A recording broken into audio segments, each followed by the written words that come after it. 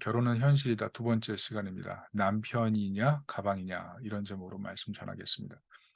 최근 금요기도회 때 제가 에르메스 가방 얘기했습니다. 설교를 하고 보니까 무슨 얘기했는지 잘 몰라서 어 좀 속스러웠는데요. 그 내용은 그렇습니다. 지금 시대 사람들 생각이 좀 예전과 다르다는 거죠. 그 생각이 뭐냐 하면 가정을 섬기는 주부에게 에르메스 백을 선물할 것이 아니면 남편이 주부 생활을 쉽게 생각하지 말라는 그런 의도였습니다. 그만큼 주부 생활이 쉽지 않다는 뜻이죠. 최근 어떤 드라마 보니까 남편이냐 가방이냐 여성들끼리 이야기하는 내용이 있었습니다. 여주인공이 어느 쪽을 선택했을까요? 가방이었습니다. 마침 제가 아내와 그 드라마를 보고 있었는데 아내에게 제가 동일한 질문을 해봤습니다. 남편이냐 가방이냐? 아내가 무엇이라고 답했을까요? 네, 상상해 보십시오. 오늘 베드로는 6 절에 걸쳐서 아내에게 이야기했고 오늘 1절 딱 한 절로 남편에게 말합니다. 왜 그랬을까요? 먼저 여성에게 6 절을 하려 했다는 것은 당시 초대교회 상황에서 여성이 가정 생활이 굉장히 어려웠다는 것을 알 수가 있습니다. 헬라 문화권에서 최고 지성인인 아리스토텔레스가 여성은 이류인간이라고 말했거든요. 로마 사회에서 여성이 받는 차별, 낮은 처우 어떤지 이해할 수가 있습니다. 당연히 여성에게 어떤 결과가 있었을까요? 뭐 정서적인 학대, 뭐 육체적인 폭력, 언어적 가해 뭐 이런 것들이 남발했을 겁니다. 가정이 아마 풍전등화였을 겁니다. 더구나 유아 사례가 빈번했죠. 그리고 아내와의 잠자리 외의 관계가 사회 도덕적으로 문제가 없는 시대였기 때문에 한 여성이 결혼을 한다는 것 자체가 상당한 희생이 아닐 수 없었습니다. 이런 환경에서 여성들은 남편이냐 가방이냐 질문하면 뭐라고 대답했을까요? 그렇게 볼 때 남성에게 한절을 하려 했다는 것은 베드로가 남자 편이냐 아니냐 뭐 이렇게 본다기보다는 초대교회 믿는 남성이 그만큼 없었다 이렇게 볼 수도 있어요. 그러나 이 한 절로 적어 놓은 내용이 남성에 대해서 교훈을 결코 적게 한 것이다 이렇게 해석할 수는 없습니다.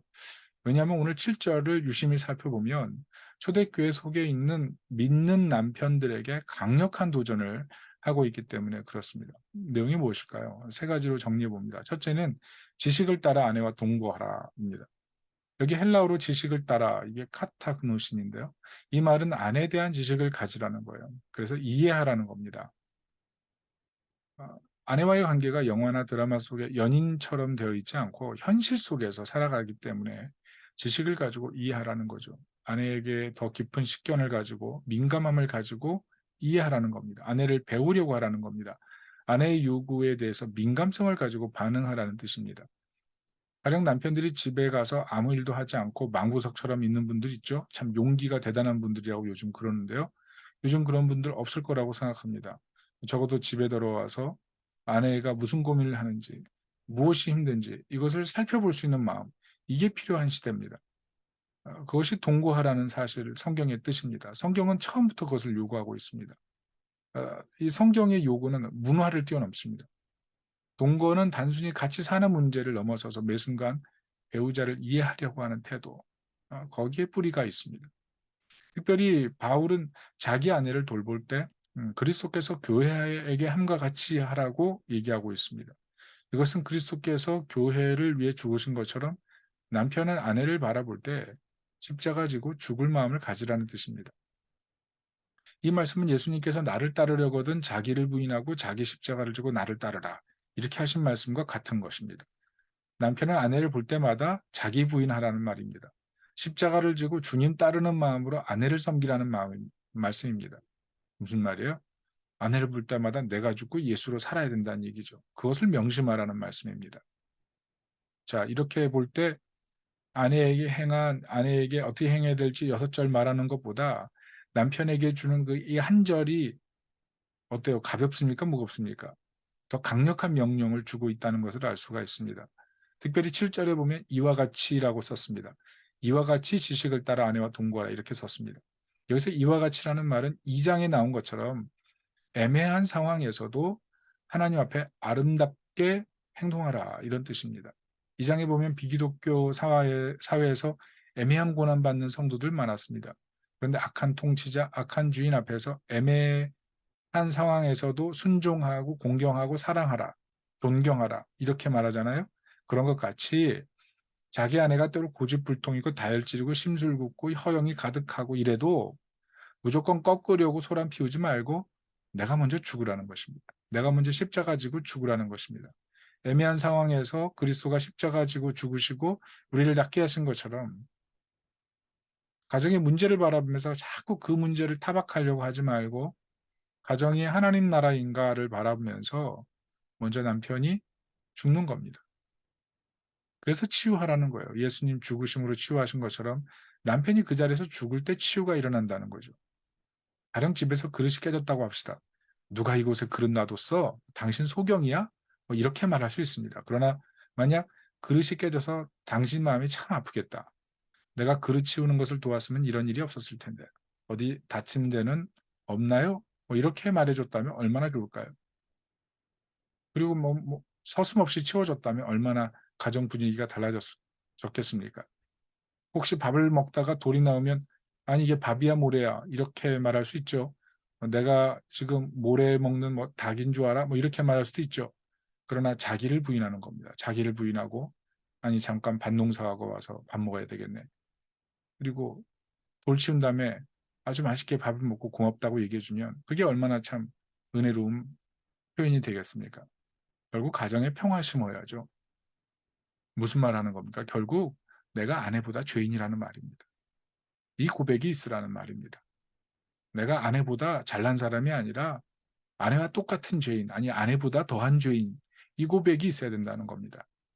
결국 친밀한 관계를 위해서 남편이 아내에게 단순히 물질적인 것만을 공급하는 것이 전부라고 생각하는 것, 그게 위험한 일이라는 겁니다. 그거는 가정에 하나님이 원하는 원리의 50%도 모르는 것입니다.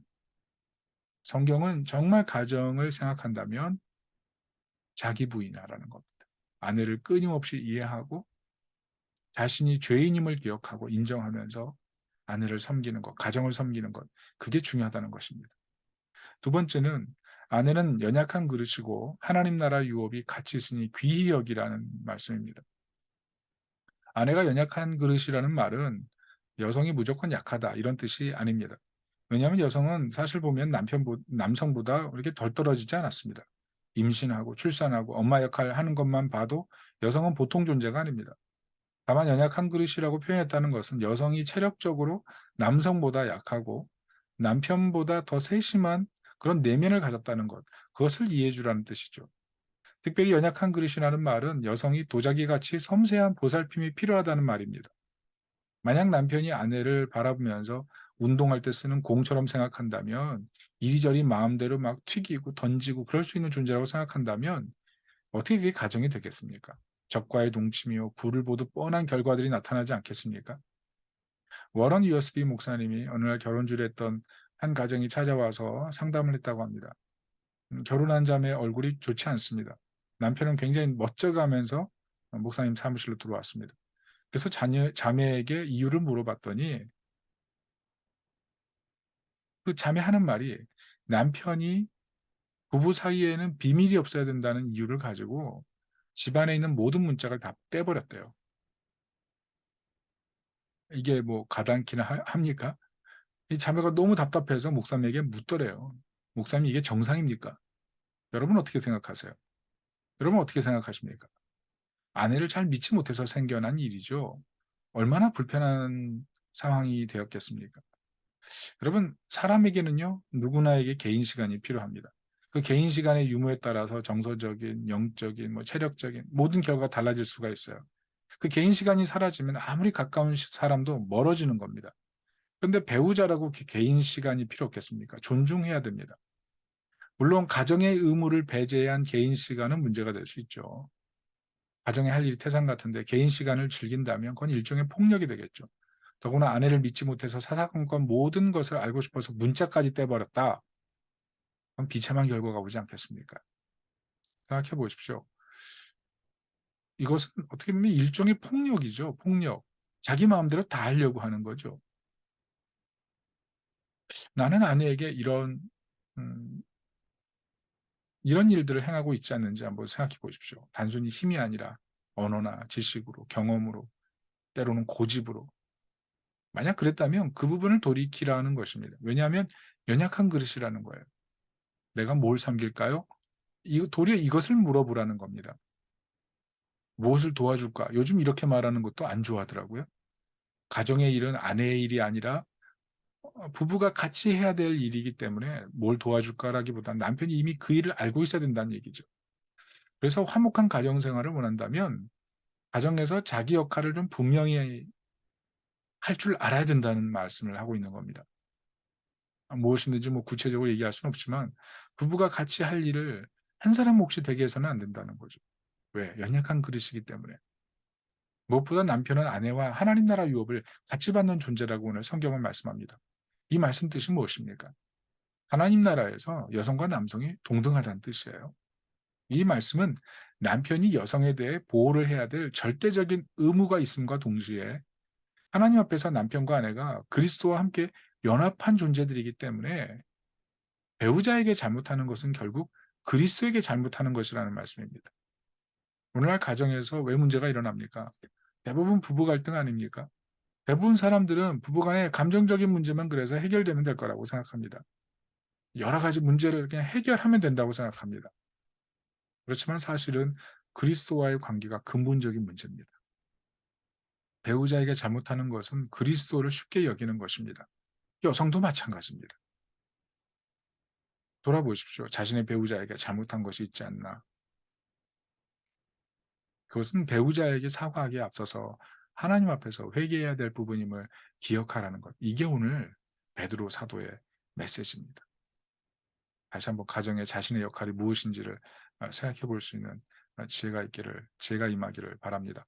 마지막 세 번째는 기도가 막히지 않아야 한다는 겁니다. 이 말씀은 가정 생활이 제대로 되어 있지 않으면서 영적 생활이 잘 된다는 것, 그게 거짓말이란 의미를 갖고 있습니다. 가정 안에서 이웃 사랑을 하지 못하면서 바깥에서 신앙생활을 잘하고 있다? 이게 외식이라는 뜻이죠. 나이 들어서 영적으로 성숙하지 못하는 이유가 뭘까요? 대부분 가정 생활에 실패하고 있다. 이렇게 봐도 틀리지 않다는 것을 오늘 성경이 얘기하고 있는 겁니다. 부부 생활은 그래서 부부의 영적인 충전과 깊이 연결되어 있는 거예요. 왜냐하면 예수님께서 두세 사람이 내 이름으로 모인 곳에는 나도 그들 중에 있느니라. 이 마태복음 18장 20절 말씀 아닙니까? 아내를 고통스럽게 하는 남편은 결코 영적으로 하나님과 깊어질 수가 없습니다. 가정에 부부가 있다는 것은요. 그 안에 예수님이 함께 하신다는 거거든요. 만약 이 갈등이 있다면 어떻게 하나님의 영광이 임할 수가 있겠습니까? 그 기도가 하나님께 상달되지 않는다는 의미 아니겠습니까? 아내를 그릇되게 대하는 남편을 어떻게 하나님께서 받으시겠고, 그런 마음을 갖고 있는 사람이 기도할 때 어떻게 하나님께서 그 기도를 바른 기도라고 보시겠습니까? 그래서 초대교회는 중직자를 뽑을 때 부부관계 그리고 가장으로서의 영적 권위가 가정에서 인정받지 못하는 사람은 중직자로 뽑지 말라고 한 것입니다. 이 말은 부부 생활이 단순히 육적인 조합이 아니라 영적인 조합인 것을 말하는 거죠. 부부가 합심해서 하나님께 같이 기도할 때 하나님께서 아주 기뻐하시고 흡족히 여기신다는 말씀 아니겠습니까? 남편의 영적인 건강이 결국 아내를 대하는 태도에 달려 있는 거예요.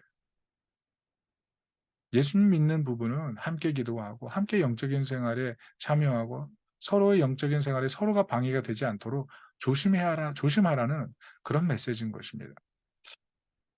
가정의 영적 생활이 얼마나 잘 지켜지고 있는지 한번 돌아보십시오.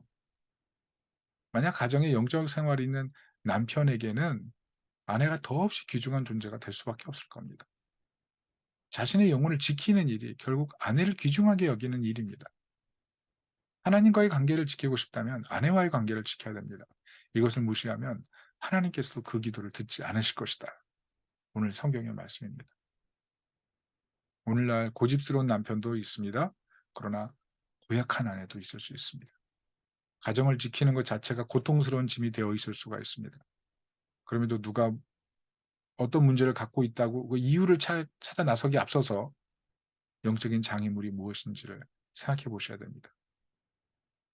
내가 그 문제를 제공했던 사람은 아닌가 생각해 봐야 됩니다. 아무리 좋은 건물이 있으면 뭐합니까? 좋은 가전제품이 있으면 뭐합니까? 좋은 침대, 좋은 차 있으면 뭐합니까?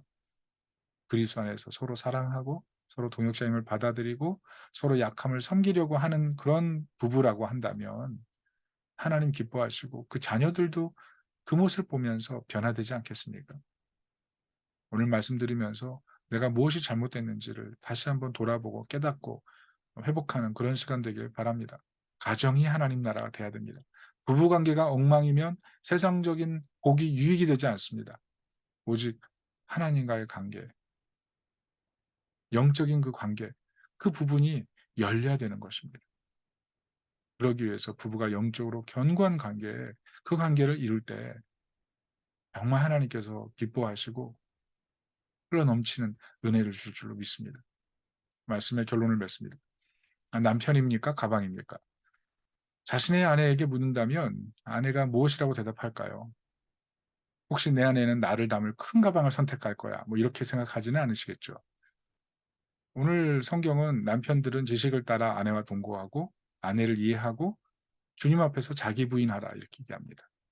연약한 그릇인 것을 알아야 되지만 하나님 나라 유업을 받을 만큼 영적으로 동등한 존재이기 때문에 소중히 여기라고 말씀합니다. 아내와 함께 기도가 막히지 않게 합심하여 기도하는 가정. 그것을 꿈꾸라는 거죠. 아무리 세상적으로 남편이 잘 나가도 아내의 손을 잡고 아내와 함께 기도할 수 없다면 그게 진짜 잘 나가는 것일까요? 세상적으로 여러 가지 힘든 상황을 겪고 있는 그런 가정이 있을 수 있어요. 그러나 아내와 함께 기도하는 손만큼 하나님께서 귀하게 보실 곳이 어디 있겠습니까? 오늘 말씀을 들으면서 개개인마다 이 말씀의 원리를 자신의 삶에 잘 적용해서 기독교 명문 가정을 세워갈 수 있기를 예수님의 이름으로 축복합니다. 아멘.